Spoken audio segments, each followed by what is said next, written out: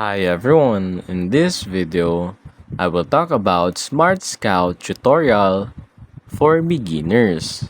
So first, what is SmartScout?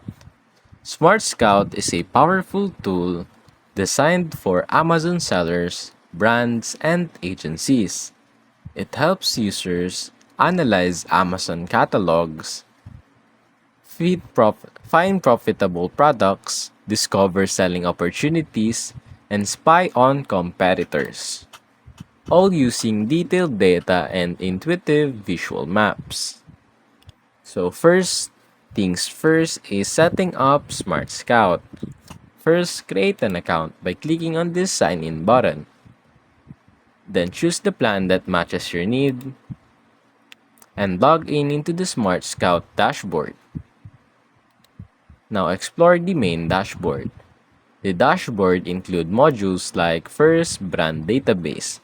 You can see brand performance on Amazon. Next, seller database. You can analyze sellers and competitors. Next, the traffic graph. See where listing gets traffic. Next is product database. Find profitable products by filters. Next, subcategories explorer. Navigate Amazon's catalog tree visually. And lastly, the FBA calculator or the estimate Amazon fees and profits. Now, how to find winning products? Use the product database, then go to product database. Apply filters like category, sales rank range, price range, review count, and Amazon in stock or not. Review product result with sales estimate, revenue, reviews, and margins. Save potential products to a short list. Now, some niche tip is look for product with high revenue but low competition and no Amazon presence. Now, analyze brands and sellers. Brand database. Search or filter by brands. See how much a brand is selling monthly. Find underrepresented brands you might partner with, which is great for wholesale. Now, for seller database. Spy on competitors. What category they focus on, monthly sales estimates, average product pricing. Then discover top sellers or struggling sellers to learn or attack niches. Now, discover traffic sources with traffic graph. See what products customers views before or after viewing a listing. Understand cross-selling opportunities. For example, a customer views a yoga mat. Traffic graph shows they often view dumbbells after. Now, use the subcategories explorer.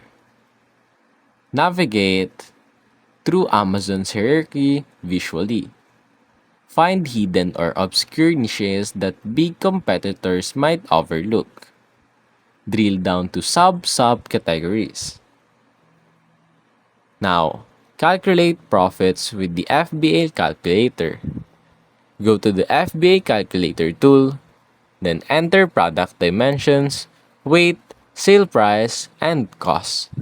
Then see Amazon fees, referral fees, FBA fulfillment costs, and net profit margin. Helps you decide if product is financially worth selling. Now, some advice that I could give you is, first, always cross-check sales estimates with real Amazon data.